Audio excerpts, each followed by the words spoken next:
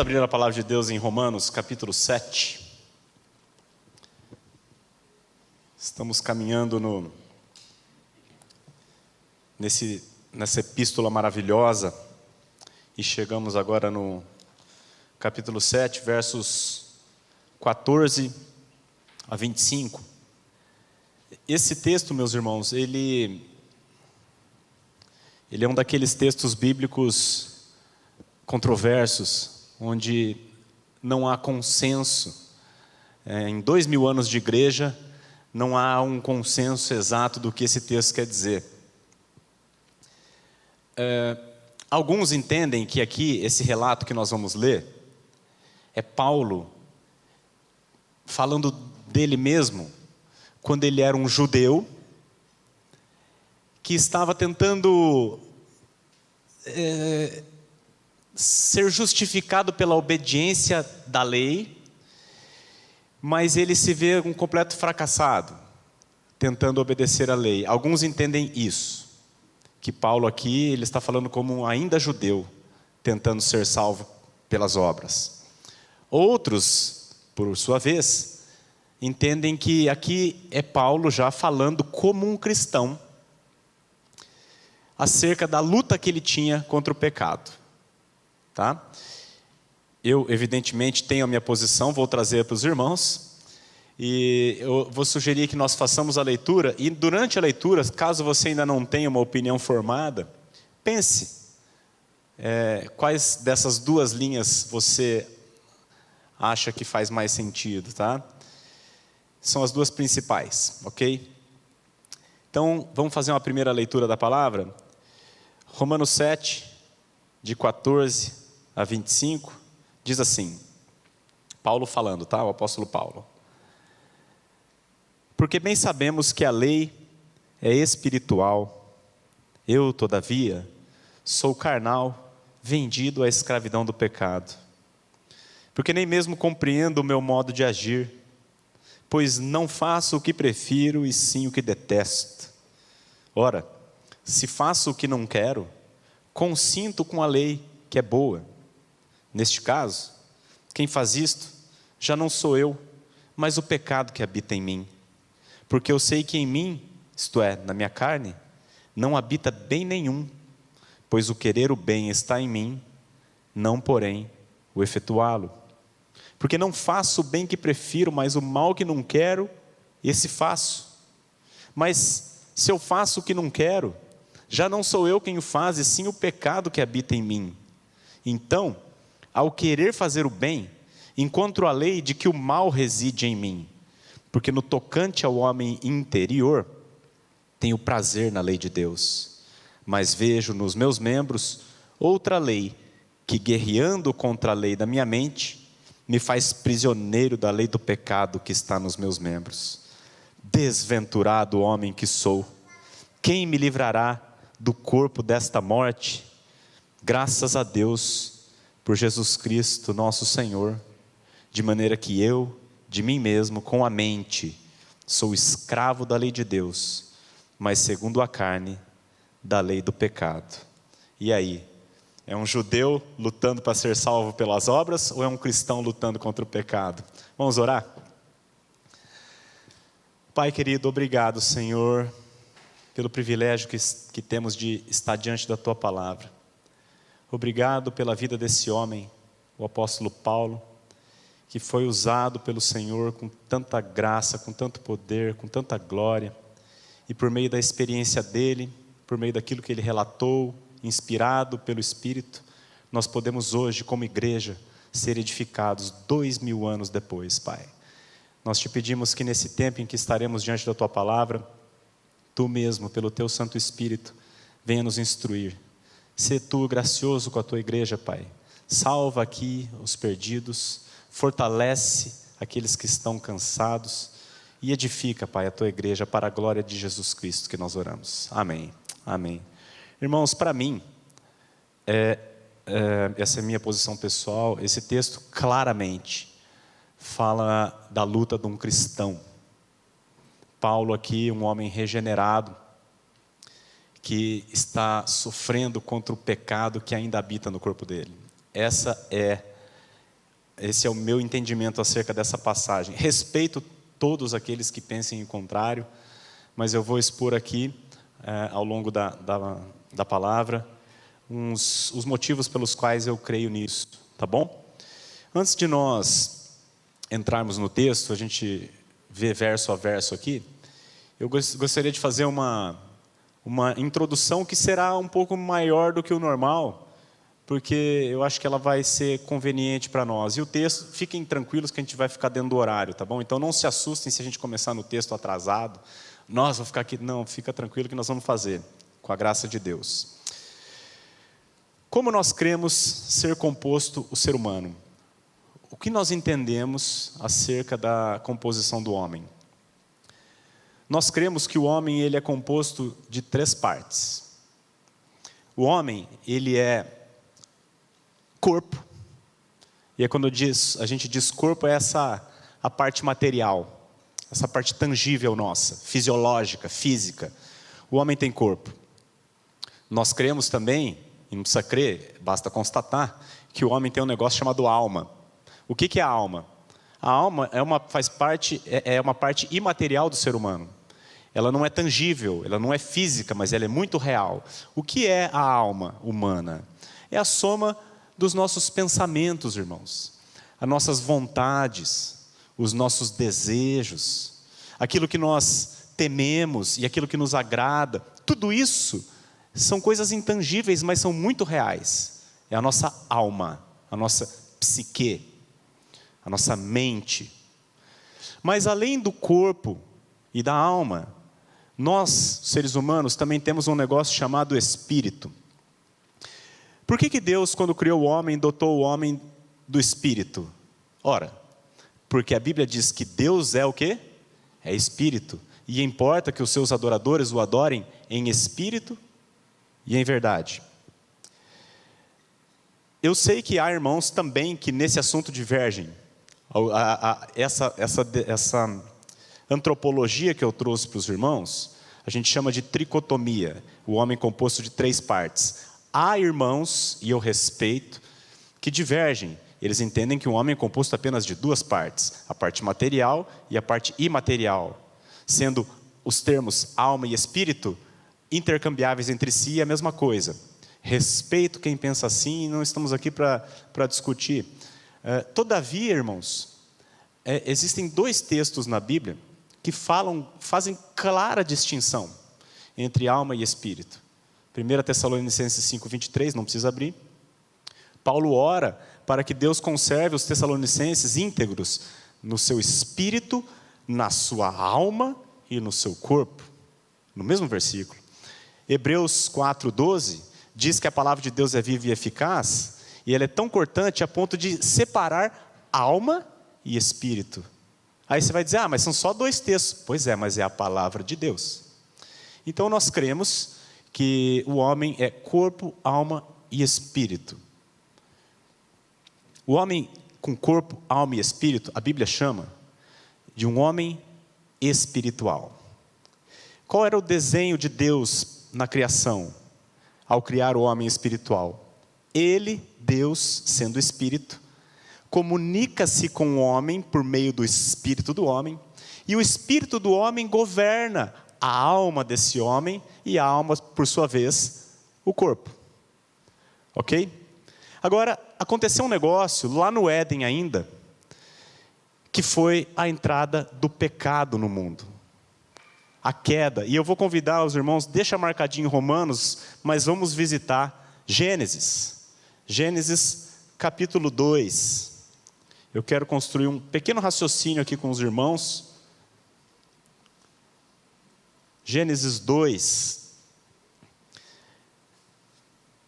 16 e 17. A palavra de Deus diz assim: então Deus tinha criado o homem, botado no jardim, e aí o texto diz que o Senhor Deus lhe deu esta ordem, falando com Adão: de toda árvore do jardim comerás livremente, mas da árvore do conhecimento do bem e do mal não comerás, porque no dia em que dela comeres, certamente morrerás. Eu chamo a sua atenção aqui para essa expressão, no dia. Deus falou: não come, Adão, porque no dia em que você comer, certamente você vai morrer. Agora, avança comigo um capítulo, vai para Gênesis 3:6. Gênesis 3:6 vai dizer o seguinte: vendo a mulher que a árvore era boa para se comer, agradável aos olhos, e a árvore desejável para dar entendimento, tomou-lhe do fruto e comeu, e deu também ao marido, e o que ele fez? Ele comeu. Ok? Agora pula 2 capítulos, vamos para Gênesis 5. Versículo 5. Diz assim: os dias todos da vida de Adão foram 930 anos e morreu. Peraí. Vocês acompanharam o raciocínio? Qual foi a ordem de Deus para Adão? Não come. Porque se você comer, o que vai acontecer? Quando? No dia. Não foi essa a ordem de Deus? No dia em que dela comeres, certamente morrerás. No dia. Essa foi a palavra de Deus. Adão comeu. Só que a mesma Bíblia está dizendo que ele viveu até 930 anos e morreu. Viveu bem, né, irmãos? 930 anos e morreu. Então o que aconteceu? Deus blefou? Quando Deus falou que no dia você vai morrer, Deus estava blefando, irmãos? Ou Deus, porventura, se arrependeu? Irmãos, Deus não é homem para que se arrependa. A minha Bíblia diz: certamente, no dia em que Adão comeu, certamente ele morreu. E isso é muito importante. O que foi a morte de Adão? Lembra que o ser humano é composto de corpo, alma e espírito? No exato momento em que ele comeu, eu acho que antes até dele comer, quando ele no coração resolveu comer, naquele exato momento ele morreu, irmãos, no seu espírito. Ele continuou vivo biologicamente até os 930 anos. O seu corpo continuou vivo, a Bíblia é clara. E a sua alma também continuou viva. Ele continuou pensando, continuou agindo, amando, gostando, sentindo. A alma dele continuou viva. O que morreu, irmãos, foi o seu espírito. E a Bíblia chama esse homem de homem natural. Um homem cujo espírito morreu, a Bíblia chama de homem natural. E não sei se você sabe, todos nós aqui viemos dele, Adão, e todos nós aqui na terra nascemos homem natural. Ok? O que é o homem natural, irmãos? É um homem cuja alma está viva, cujo corpo está vivo, mas cujo espírito está morto. E este homem com o espírito morto, ele passa a ser guiado não mais pelo Espírito de Deus, mas pela sua própria alma. E lembra o que é a alma?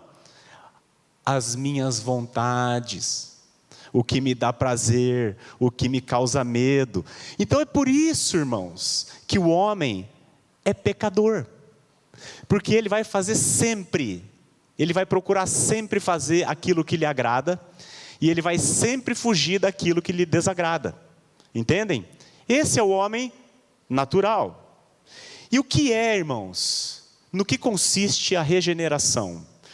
Vamos comigo rapidamente em Ezequiel. Ezequiel 36.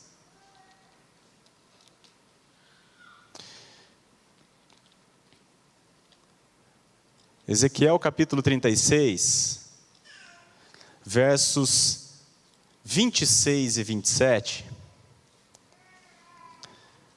vai dizer o seguinte, uma promessa que Deus fez por meio do profeta. Ele diz assim: dar-vos-ei coração novo, e preste atenção ali, e porei dentro de vós espírito novo. Lembra o que morreu no homem? O espírito. Deus está prometendo aqui botar um espírito novo. Tirarei de vós o coração de pedra, e vos darei coração de carne. E olha o que ele diz ali: porei dentro de vós o meu espírito. Irmãos, na minha Bíblia está o E maiúsculo ali. Porei dentro de vós o meu espírito, isto é, o Espírito Santo. E farei que andeis nos meus estatutos, guardeis os meus juízos e os observeis. Aonde aconteceu isso aqui, meus irmãos? essa obra, essa promessa, aonde ela se concretizou? Na cruz de Cristo. Se o problema do homem é a morte espiritual, a solução de Deus, o Evangelho, é a vivificação espiritual. Lá na cruz de Cristo, Deus fez essa obra em Cristo Jesus. Ele pegou o meu velho homem e de todo aquele que crê, ele coloca no corpo de Cristo, e o velho homem, o homem natural, cujo espírito está morto, ele morre na cruz com Cristo. E a Bíblia diz, em Romanos, vocês já passaram por isso recentemente, a Bíblia diz que ao terceiro dia, quando Jesus foi ressuscitado dentre os mortos, todos nós, a igreja, os crentes, foram ressuscitados juntamente com Cristo em novidade de vida. Agora, não mais um homem natural, mas um homem com o Espírito do próprio Deus habitando em nós. O nome disso é regeneração, novo nascimento, vivificação espiritual. Isso é, irmãos, a regeneração. E aproveita que você está comigo aí em Ezequiel 36, vai para o versículo 31. Olha, qual que é o resultado da vivificação, da regeneração? Está escrito ali, ó. Então, Deus falando, né? Depois que eu fizer isso, que eu vivificar você, que eu colocar meu espírito em você, então vos lembrareis dos vossos maus caminhos e dos vossos feitos que não foram bons, e olha só, tereis nojo de vós mesmos por causa das vossas iniquidades e das vossas abominações. Irmãos, depois que alguém nasce de novo, depois que alguém é vivificado por Deus em Cristo Jesus, essa pessoa discerne quem ela é e ela tem nojo. E quando eu olho para o nosso texto de Romanos 7, Paulo dizendo: desventurado homem que sou, quem vai me livrar do corpo dessa morte? Sabe o que eu vejo? Eu vejo um crente, vivificado espiritualmente, que discerne agora todas as coisas, entendem? Então, meus irmãos, esse é o meu entendimento. Paulo é um crente falando aqui em Romanos 7. Como é a nova criatura? Aquele que nasceu de novo. Como eu já disse, o velho homem, o homem natural, morreu. E surgiu um novo. A Bíblia diz isso. Só que agora esse novo homem é interessante, irmãos. Ele tem agora duas naturezas. A Bíblia diz, não vamos abrir, mas ela vai dizer lá em 1 de Pedro 2,4, que nós, os crentes, nós nos tornamos coparticipantes da natureza divina. Já leram esse texto? Nós nos tornamos coparticipantes da natureza divina. Sabe por quê? Porque Cristo foi unido a nós, de uma vez por todas. Nós os que cremos. Nós temos a vida do próprio Cristo habitando em nós. Eu estou crucificado com Cristo, vivo não mais eu, mas o Cristo vive em mim. Então agora eu sou coparticipante dessa natureza, irmãos. Eu tenho uma nova mente, a mente de Cristo, a Bíblia vai dizer. Que nós, porém, temos a mente de Cristo, está em Romanos 14. Nós temos a mente dele, o coração dele, a vida dele, o espírito dele, habitando em nós. Então nós somos, por um lado, coparticipantes da natureza divina. Mas a Bíblia diz que nós temos ainda outra natureza, a natureza terrena. Tá, isso lá em Colossenses 3, você pode ler. Uma natureza terrena. Irmãos, essas duas naturezas, a divina e a terrena, fazem guerra entre si. Porque uma é divina e a outra é terrena. Uma é santa, a outra não. E esse crente, a nova criatura, tem essa guerra civil. O Hernandes fala guerra civil, o Hernandes Dias Lopes. Uma guerra civil, uma guerra dentro de si mesmo. Essa é a guerra do cristão que Romanos 7 trata.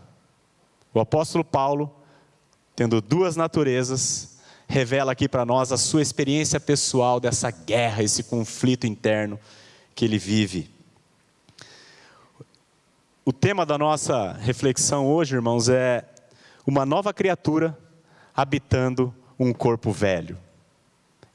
Essa é a definição de um crente. Uma nova criação morando numa casa velha. A guerra da carne contra o espírito. O novo homem versus a natureza terrena. E tem ainda outras, muitas evidências de que esse texto trata da experiência cristã, né? O próprio esboço do livro de Romanos, vocês estão caminhando aqui. É muito clara a divisão por assuntos na carta de Paulo aos Romanos. Capítulo 1 ao 3, pecaminosidade, depravação total. Capítulo 3 ao 5, justificação pela fé. Capítulo 6 ao 8, santificação. Então, esse assunto, esse texto nosso aqui é o capítulo 7, no bloco da santificação. Portanto, não faz sentido ele estar falando aqui de um judeu que está tentando ser salvo. Ele está falando da santificação de um crente.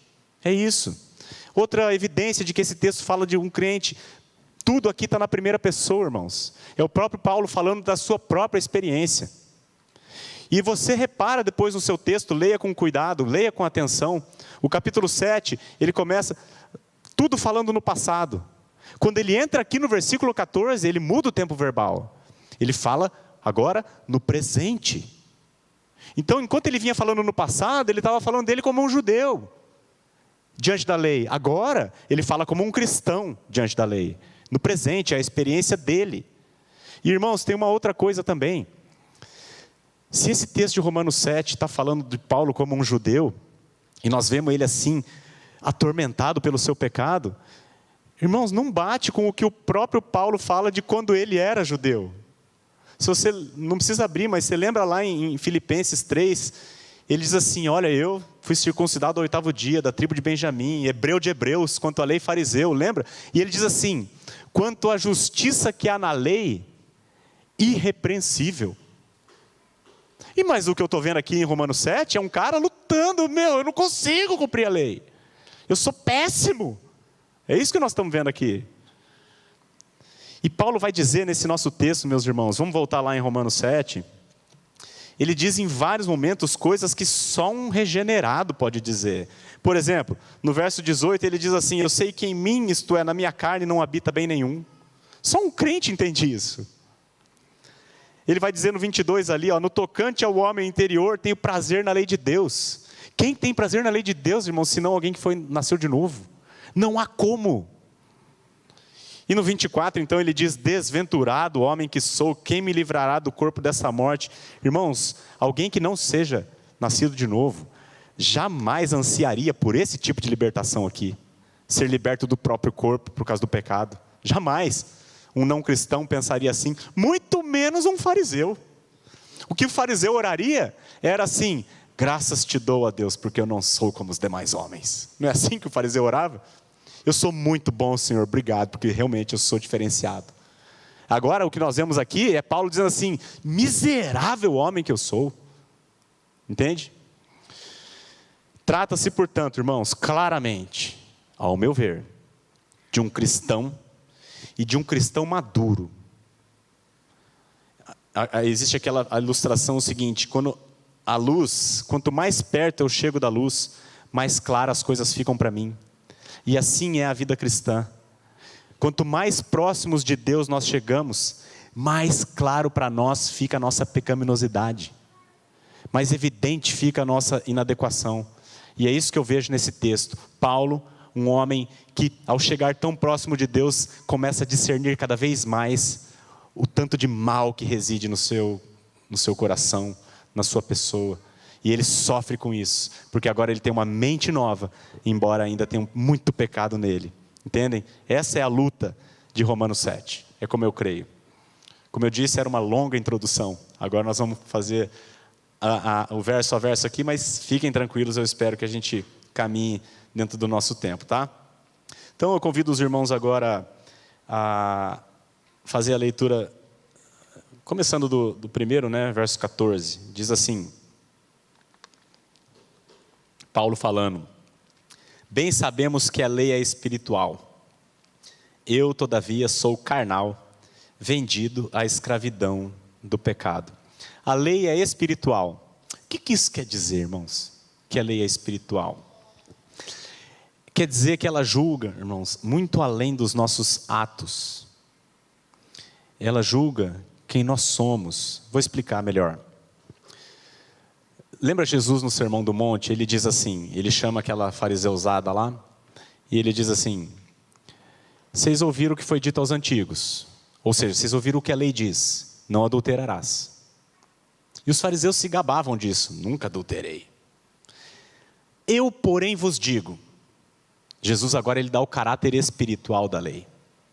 Ele diz assim: ouviste o que foi dito aos antigos, não adulterarás. Eu, porém, vos digo, que quando você atenta para uma mulher e no seu coração a deseja, mesmo que você não tenha deitado com ela, no seu coração você já adulterou. Entendem? Ou seja, a lei é espiritual em que sentido? Ela não julga apenas os meus atos, ela vai muito mais fundo. Ela julga quem eu sou na essência. A lei é espiritual nesse sentido, meus irmãos. Ouviste o que foi dito aos antigos: não matarás. E o cara se orgulhava: nunca matei ninguém. Eu, porém, vos digo que se você odiou teu irmão sem motivo, no seu coração você já o matou. Lá em casa hoje, nessa linha, já vi muitos assassinatos, só hoje. Porque, irmãos, o coração humano é assim. E a lei é espiritual no sentido de mostrar a verdade a nosso respeito.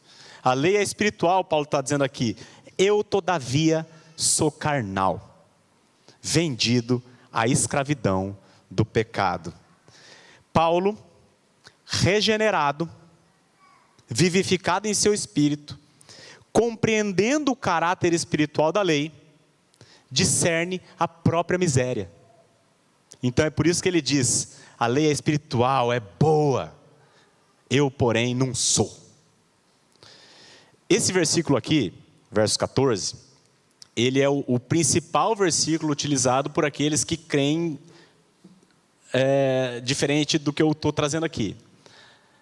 Aqueles que dizem que Paulo era um judeu lutando contra a lei para ser salvo. Eles dizem assim: pô, claro que é um não judeu aqui, porque um crente não é escravo do pecado. E verdadeiramente, irmãos, de fato, o crente não é escravo do pecado. Mas o seu corpo ainda está vendido. E a sua alma ainda está suscetível ao pecado. Tanto é que você é um crente e você peca todo dia. É ou não é? Seja no seu corpo, seja na sua alma. Se você acha que você não peca, irmão do céu, vai ler a Bíblia. Porque você está com uma percepção equivocada a teu respeito. Tá? De fato, irmãos, o crente não é mais escravo do pecado. Paulo não está dizendo aqui que ele é escravo do pecado. É importante a gente entender a distinção entre andar na carne. Existe essa expressão: não andamos na carne, né? Não viver na prática do pecado. Isso o crente não vive na prática do pecado. Mas quando ele diz assim: eu sou carnal, ele não está dizendo que ele anda na carne, mas que ele é de carne, entende? Ele é humano. Esse é o ponto dele. Quando ele diz assim: eu sou carnal, eu sou um homem, eu sou ser humano, vendido à escravidão do pecado, porque a carne ainda não foi redimida. E quando você lê carne aqui, irmãos, não é apenas a parte fisiológica, mas boa parte das minhas emoções. É ou não é? Nós somos crentes, nascemos de novo, estamos perdoados para sempre. Mas nós temos uma série de poluições na nossa alma. Ou eu estou enganado? Nós temos uma série de desejos perversos. Uma série, um monte deles. Eu pelo menos tenho, não sei você, talvez você já esteja em outro patamar.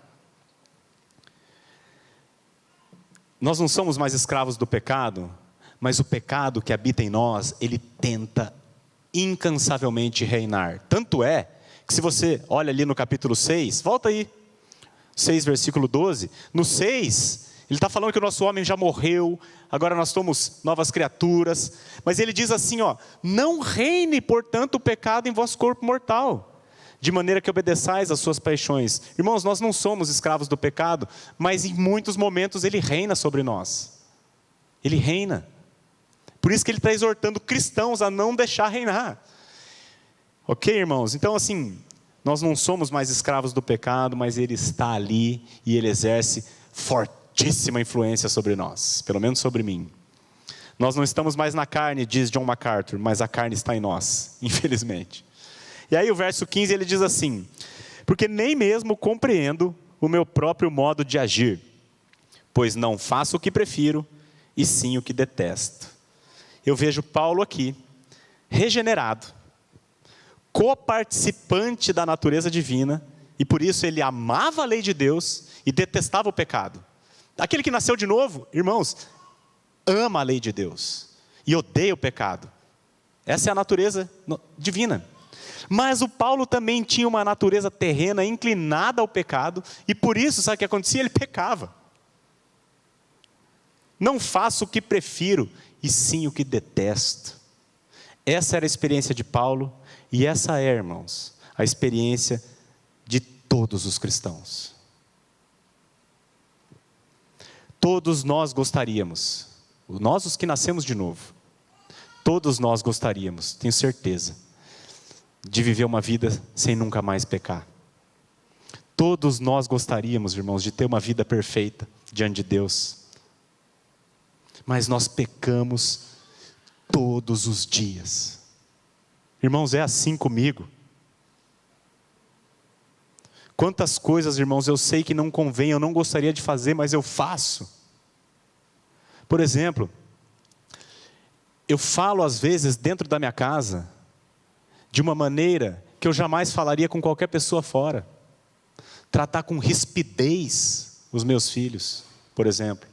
Irmãos, eu não gosto de fazer isso, eu não quero fazer isso, mas eu faço. O bem que eu quero fazer, eu não faço, mas o mal que eu não quero, esse eu faço. Tem um outro pecado contra o qual eu luto. Quando eu tenho algum tipo de desavença com a minha esposa, e isso é normal ter, estou vendo um casalzinho que acabou de casar ali, já sabe que eu estou falando a verdade, embora nem tenha conversado.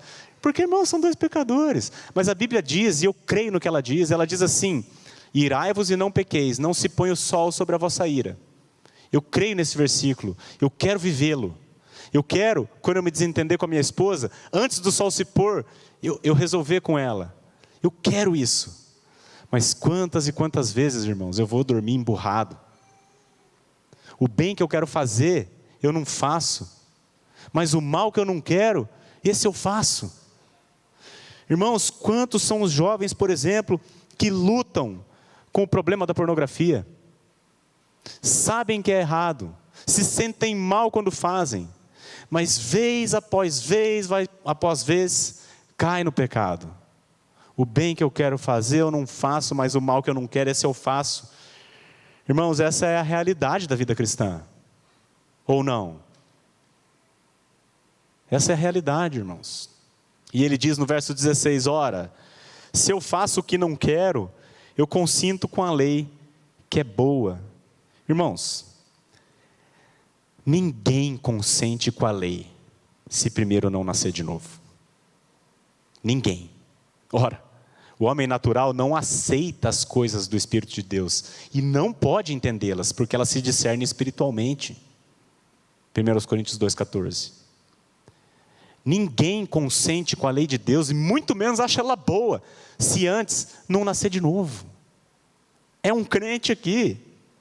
Só uma nova criatura consente com a lei. E Paulo está contando a sua própria experiência como cristão. Verso 17. Neste caso, quem faz isso já não sou eu, mas o pecado que habita em mim. Esse versículo é chave para a gente entender toda a passagem. A causa de todo problema na vida do crente é o pecado que habita em mim. O crente, como eu disse no início, é uma nova criatura habitando um corpo velho. E veja que ele faz uma clara distinção entre o eu e o pecado que habita em mim. Ele diz, quem faz isto não sou eu, mas o pecado que habita em mim. Quem é o eu?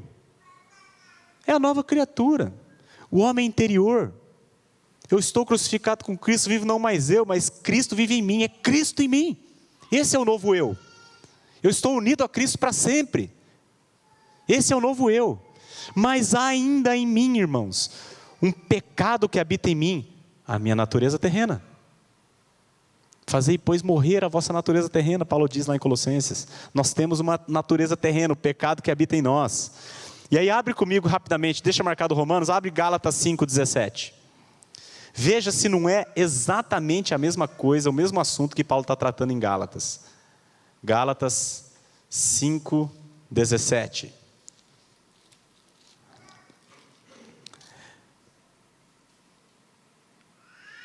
Vamos ler juntos? Porque a carne... Não, irmãos, o que está acontecendo com os irmãos? Vamos ler juntos, vamos ler com vontade. Vocês têm que esperar chegar, não abriram ainda? Vamos ler. Porque a carne milita contra o espírito, e o espírito contra a carne, porque são opostos entre si, para que não façais o que porventura seja do vosso querer. Está vendo aqui? Isso aqui que Paulo está falando em Gálatas 5, é a guerra espiritual, verdadeira guerra espiritual. A carne contra o espírito, a nova natureza contra a velha. Isso, irmãos, é guerra espiritual. Essa tensão, essa angústia, a Bíblia chama de santificação. O processo de santificação. Um conflito moral e espiritual dentro do crente.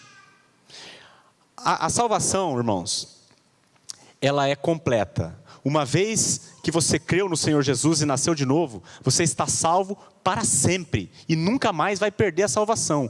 Porém, embora a salvação seja total no momento que você creu, ela se manifesta em etapas. A salvação, ela acontece no passado, quando você creu, salvo para sempre. Ela vai se acontecendo todos os dias no presente, e ela vai se concretizar no futuro. No passado, quando você creu, você foi salvo no teu espírito, vivificado, regenerado. No presente, nós estamos sendo salvos na nossa alma, irmãos. A alma poluída, acostumada ao pecado, a viver em desacordo com a palavra de Deus. Agora, instruída pelo Espírito de Deus e amando a sua lei, a nossa alma vai lutando para se conformar àquilo que nós cremos ser bom. E um dia, quando Jesus voltar, ou quando Jesus voltar só, nós seremos salvos também no nosso corpo. A Bíblia diz que nós receberemos corpos glorificados, que nunca mais, irmãos, nunca mais estará sujeito à corrupção. No que diz respeito ao pecado, quando nós cremos no passado, a nossa salvação consiste no completo perdão dos pecados. Perdão total. Nós fomos libertados da condenação do pecado. No presente, na nossa vida, nós somos diariamente libertados do domínio do pecado. E lá na frente, quando formos glorificados, seremos de uma vez por todas libertados da presença do pecado. Nem mesmo ele vai estar presente mais nas nossas vidas. Os irmãos entendem como é a vida cristã? É assim. Então, nós vimos aqui do 14 ao 17, meus irmãos, um lamento de Paulo pela sua condição. Paulo está lamentando a sua condição. E ele faz o seguinte, no versículo 14, ele fala qual é a sua condição.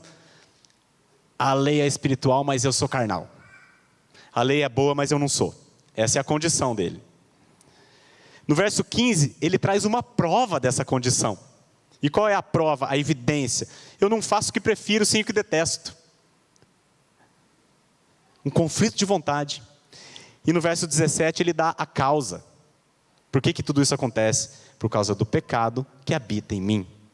Todo aquele que foi regenerado vive exatamente a mesma angústia. E agora nós vamos ver, dos versos 18 a 23, Paulo vai fazer esse mesmo lamento mais 2 vezes. Então eu vou passar mais rápido por eles, porque ele está simplesmente repetindo o raciocínio. Repetindo a mesma coisa 3 vezes. Né? E ele vai seguir o mesmo padrão, irmãos. Eu vou chamar a atenção de vocês para isso. Ele vai mostrar a condição dele, ele vai mostrar a prova de que isso é verdade, e ele vai mostrar a causa. Né? Então o segundo lamento está aqui dos versos 18 a 20. Veja só. Ele traz primeiro a condição, verso 18. Porque eu sei que em mim, isto é, na minha carne, não habita bem nenhum. Pois o querer o bem está em mim, não porém o efetuá-lo. Essa é a condição dele. A minha carne milita contra o meu espírito. E a prova disso, verso 19. Porque não faço o bem que prefiro, mas o mal que não quero, esse faço. Está vendo? A prova de que há um conflito em mim é que eu sou vencido muitas vezes. Eu faço muitas vezes o que eu não gostaria de fazer. Embora eu saiba que o que é bom, eu faço o que é mal. E qual que é a causa? Verso 20. Mas se eu faço o que não quero, já não sou eu quem o faz. Esse eu aqui é o homem interior, a nova criatura regenerada. Já não sou eu quem faz e quem? E sim, o pecado que habita em mim. Então qual é a causa? O pecado que habita em mim. Esse é o segundo lamento. Mas ele faz ainda um terceiro, repetindo as mesmas coisas, irmãos. Olha lá, verso 21. Então, ao querer fazer o bem, encontro a lei de que o mal reside em mim. Essa é a condição. Eu quero fazer o bem, mas o mal está em mim. Porque no tocante ao homem interior tenho prazer na lei de Deus, mas vejo nos meus membros outra lei. Essa é a prova. O homem interior tem prazer na lei, mas nos membros há outra lei, que guerreando contra a lei da minha mente, me faz prisioneiro da lei do pecado que está nos meus membros. Essa é a causa, o pecado que está nos meus membros. Então, irmãos, Paulo lamenta a mesma coisa 3 vezes. Esse conflito, essa angústia, essa coisa que parece que não tem solução. E aí ele chega no verso 24, e ele clama, como um homem angustiado. Ele diz, vamos ler juntos? Desventurado homem que sou, quem me livrará do corpo desta morte? Desventurado homem que sou, ele fala. Que miserável que eu sou. Irmãos, a Bíblia ela é cheia de paradoxos. E eu acho o paradoxo da alegria cristã maravilhoso. Por que eu estou dizendo isso? Ele usa aqui o termo desventurado. Sabe o que é desventurado? É o antônimo de bem-aventurado. E você lembra lá no Sermão do Monte, Jesus, nas bem-aventuranças, tem uma hora que ele diz assim: bem-aventurados os que têm fome e sede de justiça, porque serão fartos. O que você entende por esse versículo? O que você entende essa fala de Jesus? Bem-aventurados os que têm fome e sede de justiça, porque serão fartos. Pode ser que é aquela fome e sede de justiça externa. Por exemplo, quando eu vejo o nosso judiciário, STF, tudo que acontece, eu tenho fome e sede de justiça. Também é. Mas Jesus está falando de algo muito mais profundo. Jesus está falando que bem-aventurado é aquele homem igual Paulo de Romanos 7, que tem fome e sede de justiça em si mesmo. Bem-aventurado, irmãos, é aquele que nasceu de novo, foi vivificado, e agora discernindo a santidade de Deus e a sua própria pecaminosidade, esse homem anseia por ser liberto do terror nojento que é o pecado. Esse é o bem-aventurado. Então você veja, irmãos, como que a vida cristã de fato é um paradoxo. O crente ele é simultaneamente bem-aventurado e desventurado. Ele é bem-aventurado porque ele foi vivificado, ganhou uma nova mente, um novo coração, discernimento, entendimento acerca das coisas. E ele é desventurado porque ele, olhando para si mesmo, entende claramente o quão miserável ele é. Então ele tem fome e sede de justiça, entende? Mas Jesus diz, esse desventurado, Paulo, você na verdade é bem-aventurado. Sabe por quê? Porque você será farto. Bem-aventurados os que têm fome e sede de justiça, porque serão fartos. Sabe quando que essa fartura vai chegar? Essa saciedade vai chegar? Quando formos glorificados. Somente a nova criatura, meus irmãos, sente o peso do pecado. Somente quem nasceu de novo sente o peso do pecado. Embora o peso do pecado seja de fato uma desventura, no final das contas é uma bem-aventurança. Eu ouvia um músico brasileiro antes de eu nascer de novo. Eu não ouço mais porque ele é um cara satanista, inclusive. Mas ele tem uma frase que eu concordo. Ele diz assim: é uma pena eu não ser burro, assim eu não sofria tanto. Vocês já ouviram essa frase? Raul Seixas. Não ouça esse cara, irmão, não vale a pena. Mas essa frase dele faz sentido. É uma pena eu não ser burro, assim eu não sofria tanto. O que ele está dizendo? Ser inteligente é bom, claro que é bom. Mas quando você discerne algumas coisas a mais, isso traz alguns desconfortos para a sua vida, né? É claro que não vou aplicar isso para a palavra de Deus, porque a desventura aqui, a bem-aventurança de que Jesus fala é sempre boa, né? Não é uma pena eu não ser bem-aventurado, né? Mas o que eu estou querendo dizer, irmãos, é que somente a nova criatura, somente aquele que teve discernimento vindo do alto, ele sente o peso do pecado. Isso vai pesar realmente, é um fardo, é uma tristeza, mas é uma bem-aventurança. O John MacArthur, expondo esse texto, ele trouxe uma ilustração que eu gostaria de trazer para os irmãos aqui. Ele disse que tinha um pastor pregando esse texto, falando sobre o peso do pecado, o quanto isso aflige o crente, o quanto isso é pesado. Aí um jovem, debochado, ele chega para o pastor e fala assim: pastor, eu não sinto o peso do pecado. Quanto que pesa? 25 quilos? 50 quilos?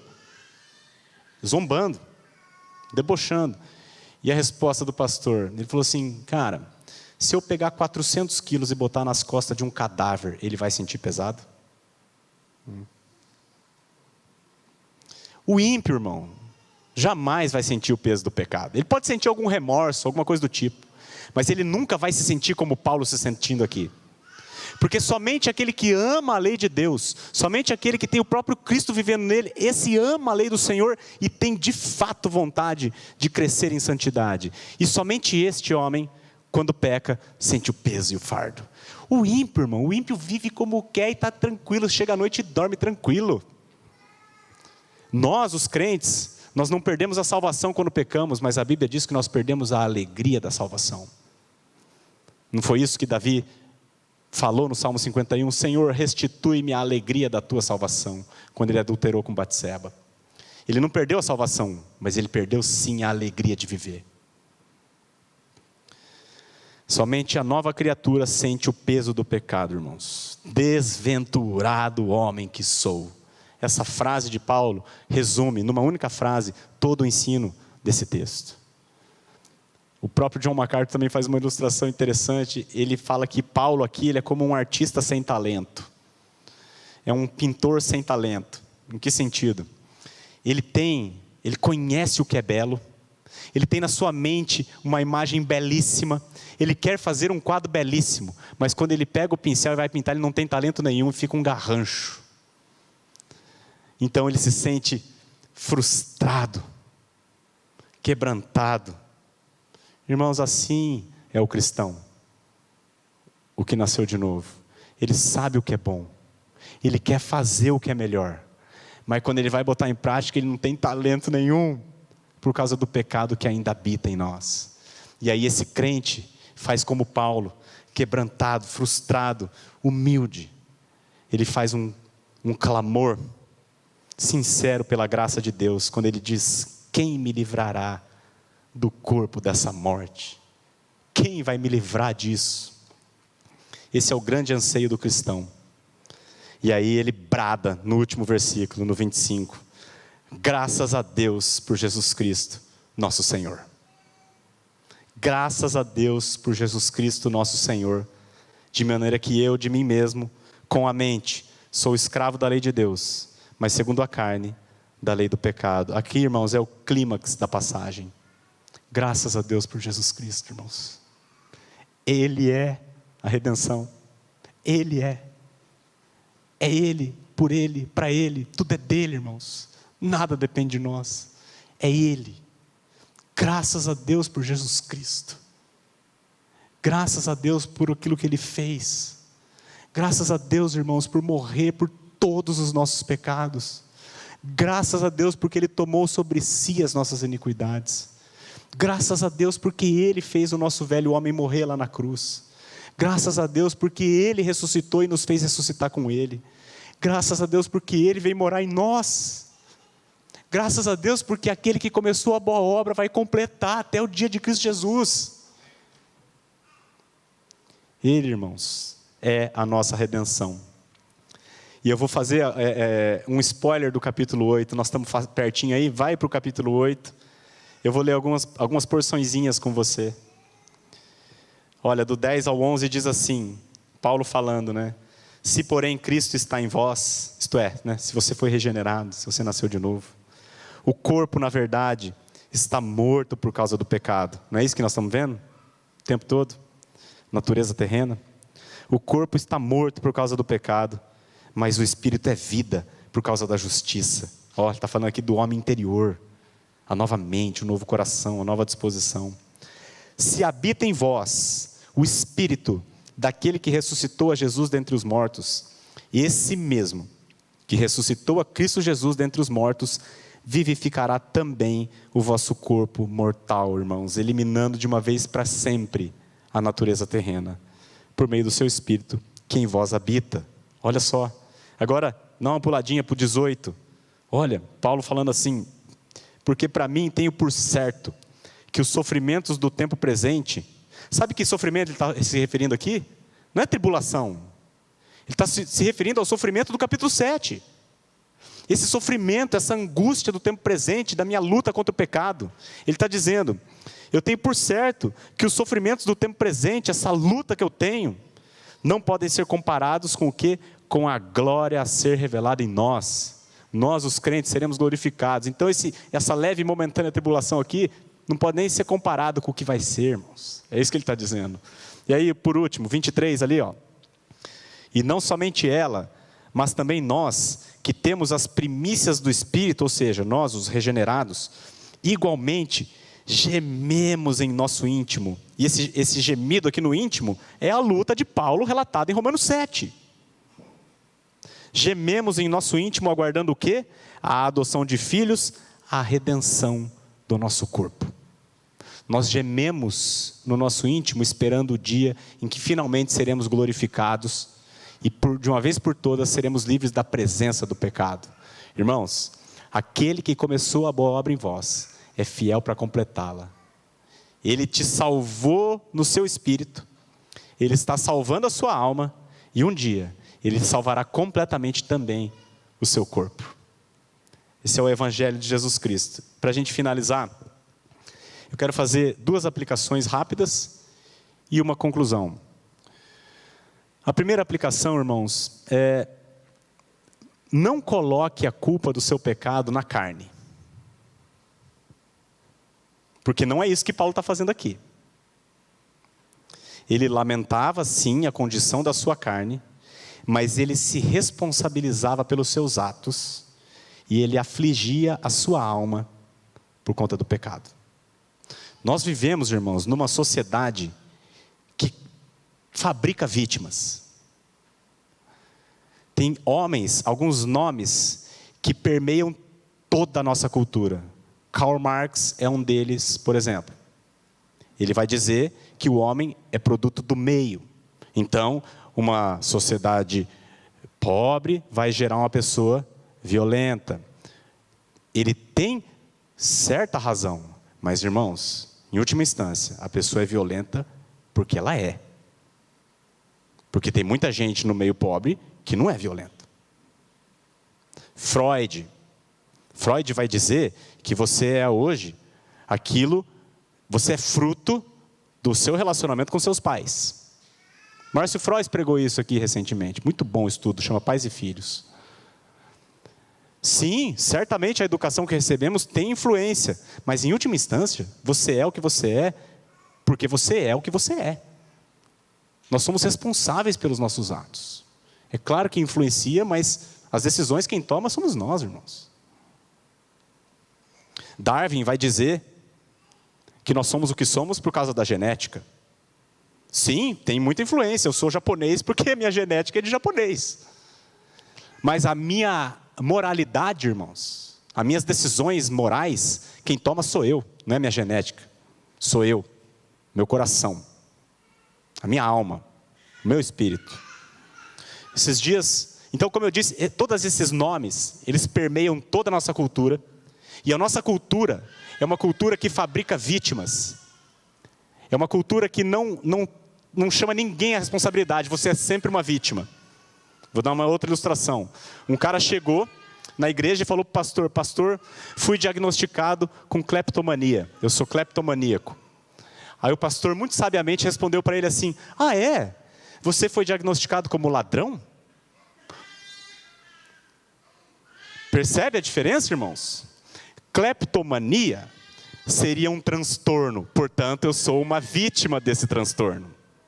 Agora, se eu sou um ladrão, eu sou responsável por isso. Entende? Olha que termo bonito, cleptomania. Irmãos, você vai ver cleptomania na Bíblia? Você vai ver ladrão. Judas, ladrão. Então, não caia nessa de achar que nós somos vítimas de tudo, irmãos. Nós somos responsáveis. E aí eu estou dizendo isso para você não colocar a culpa do seu pecado na sua carne. Tem muito crente que diz assim, a carne é fraca. Né? A carne é fraca. Se você pensa assim, essa frase quem disse foi Jesus, de fato a carne é fraca. Mas se você pensa assim, né, a carne é fraca, então eu peco mesmo, é uma evidência clara de que você não nasceu de novo. Uma evidência de que você não foi regenerado, porque a nova criatura ama a lei de Deus, ama os mandamentos. Os meus mandamentos não são penosos, Jesus diz. Quem nasceu de novo não vive na prática do pecado.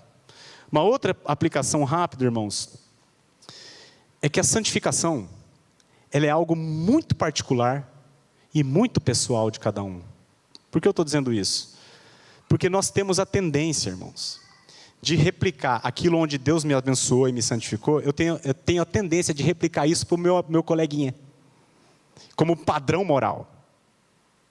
E ao fazer isso, eu julgo, irmão. Por exemplo, quando eu nasci de novo, Deus me deu a graça de eu nascer de novo lendo a Bíblia. Então eu peguei um gosto tão grande por ler a Bíblia, eu tenho prazer em ler as Escrituras. E muitas vezes, irmãos, eu olhava para o coleguinha, né, por irmão, que não lia a Bíblia, e eu, nossa, que cara, como é que se diz? Que cara, que crente fraco. Julgando o irmão. A santificação é algo muito pessoal. É um trabalho particular de Deus com cada um de nós. E cada um, irmãos, vai ser edificado segundo a graça de Deus. Por isso a Bíblia diz assim, a tua fé tenha-na para ti mesmo diante de Deus. Então aquilo que Deus te deu, alegre-se diante dele. Nós não somos chamados a aplicar o nosso padrão de santidade ao irmão. Nós somos chamados a ajudar o irmão, com misericórdia, com amor, com oração, com verdade. Então essa é a segunda aplicação que eu faria, né? Não aplique a sua santificação aos demais, ok? E eu quero concluir, irmãos, dizendo o seguinte, a maneira como se entende Romanos 7, a maneira como se entende esse texto, traz implicações práticas na vida espiritual. Como eu disse no início, são duas as maneiras de entender esse texto. A primeira é Paulo, judeu, tentando cumprir a lei sem o Espírito. Tem um perigo entender assim, irmãos. E eu respeito, tá? Mas eu quero trazer aqui qual que é o risco. Porque assim, se Paulo é um judeu tentando cumprir a lei, mas ele não consegue porque ele não tem um Espírito, qual que é a implicação disso? A implicação disso é que com o novo nascimento, ele agora, tendo o Espírito Santo, e agora tendo o Espírito Santo, ele está habilitado a cumprir toda a lei. Há um risco aqui, irmãos, da pessoa pensar que com esforço e dependência do Espírito, é possível vitória total. E, irmãos, há um risco aqui, se você entende assim, um risco do triunfalismo espiritual, um risco do orgulho, e pode gerar uma expectativa, irmãos, de perfeição. E a consequência de quem crê assim, de que com o Espírito agora eu posso fazer tudo, a consequência certamente será frustração e será desânimo. Sabe por quê? Porque na vida real, irmãos, do cristão, a luta contra o pecado vai até o último dia. O mesmo Paulo que escreveu esse texto aqui, ele diz lá em Timóteo, Jesus Cristo veio ao mundo salvar pecadores, dos quais eu sou o principal. Ele disse isso no final da vida, irmãos. Paulo, certamente um dos homens mais santos que já existiu na terra depois de Jesus. E ele está dizendo, no final da vida dele, que ele é o principal dos pecadores. Não que de fato ele fosse, mas quanto mais próximo ele chegava da luz, mais ele entendia quanto pecado ele tinha. Então, irmãos, embora o Espírito do Senhor tenha o poder, ele tem o poder de fazer a gente impecável para sempre, a Bíblia diz que ele só vai fazer isso quando nós formos glorificados. Entendem? Ele vai fazer, num piscar de olhos. Mas ele não vai fazer agora. Ele vai nos manter dependentes dele. Humildes, contritos, quebrantados. Então, essa é uma implicação de você crer daquela outra maneira. Agora, se Paulo é um cristão regenerado, como eu creio que está lutando contra o pecado, isso implica um alinhamento de expectativa quanto à minha santificação. Com o novo nascimento, eu entendo que a luta apenas começou. Sim, haverá muito progresso. Nós vamos crescer em santidade. Esse é o caminho normal. O crescimento, nós vamos ficar cada vez mais parecidos com Cristo, a Bíblia diz. Mas nós nunca chegaremos à perfeição nessa vida. Isso é bom, irmãos, a gente ter essa consciência, porque alinha a expectativa. E aí nós vamos ter uma vida espiritual marcada pela humildade e pela dependência da graça. Essa visão de que Paulo é um cristão lutando, isso, irmãos, é uma visão maravilhosa, porque ela humilha o homem e glorifica a Deus. Desventurado homem que sou, graças a Deus por Jesus Cristo. Vamos orar? Pai, obrigado, Senhor, pela Tua palavra. Obrigado pelos irmãos que o Senhor trouxe até aqui para ouvi-la. Pedimos que o Senhor... É um texto com muita informação, Pai, é um texto muito rico. Nós temos dificuldade de compreender, de apreender, mas o Teu Espírito é poderoso para frutificar toda a semente que foi lançada aqui. O Senhor opera de maneira particular, de maneira individual, e o meu pedido aqui é que o Senhor faça isso para que haja edificação da Tua igreja, para que haja consolo àqueles que estão lutando contra o pecado, que o Senhor fortaleça e eles possam recuperar a alegria, crendo que Jesus Cristo já morreu por eles e Ele levará a bom termo a obra que Ele começou. Eu peço ao Senhor que, se porventura há alguém aqui que não nasceu de novo, que hoje seja o dia da redenção, Pai. Que essa pessoa reconheça quem ela é e creia no Senhor Jesus como seu único e suficiente Salvador e possa então desfrutar dessa bem-aventurança de sentir fome e sede de justiça. É o que nós te pedimos, Pai, em nome de Jesus. Amém.